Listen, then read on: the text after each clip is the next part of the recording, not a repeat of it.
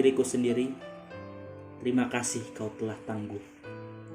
Meski di usiamu yang 21 tahun ini masih jauh dari kata berhasil. Usiamu memang terbilang muda, tapi ingat, di usia 21 tahun, Muhammad Al-Fatih berhasil memimpin puluhan ribu pasukan dan membebaskan Konstantinopel. Di usia 21 tahun, Steve Jobs mendirikan perusahaan Apple yang saat ini sangatlah besar. Di usia 21 tahun, David Karp membuat situs yang mendunia yaitu Tumblr. Di usia 21 tahun, ada yang sudah menjadi hafiz Quran. Di usia 21 tahun, ada yang sudah mendirikan pesantren. Di usia 21 tahun, ada yang sudah memiliki passive income hingga ratusan juta. Di usia 21 tahun, ada yang kemudian omongannya sangatlah didengar.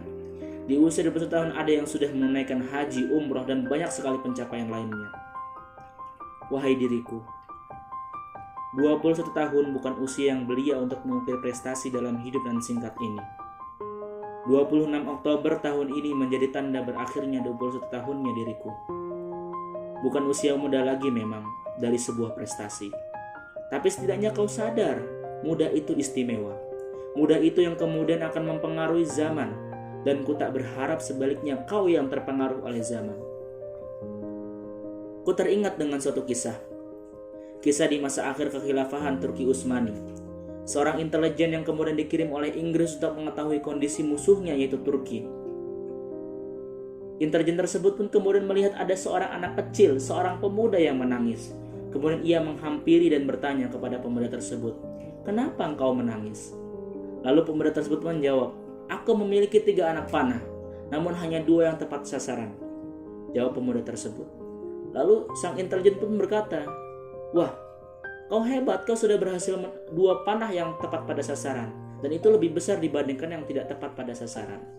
Lalu seorang pemuda tersebut pun menjawab, "Tidak, karena dalam medan jihad, 1 panah meleset sama saja memberi kesempatan musuh untuk membunuhmu."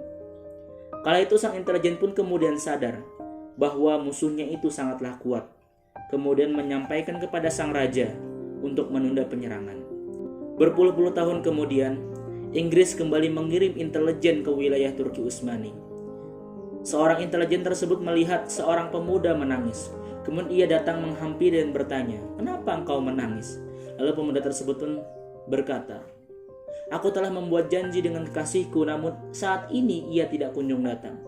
Ketika mendengar itu, sang intelijen menyadari bahwa kondisi Turki saat itu dalam keadaan lemah dan waktunya untuk diserang.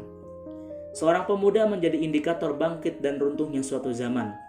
Ketika seorang pemuda menangis karena kondisi umat dan Islam, maka itu menjadi indikator besarnya suatu bangsa.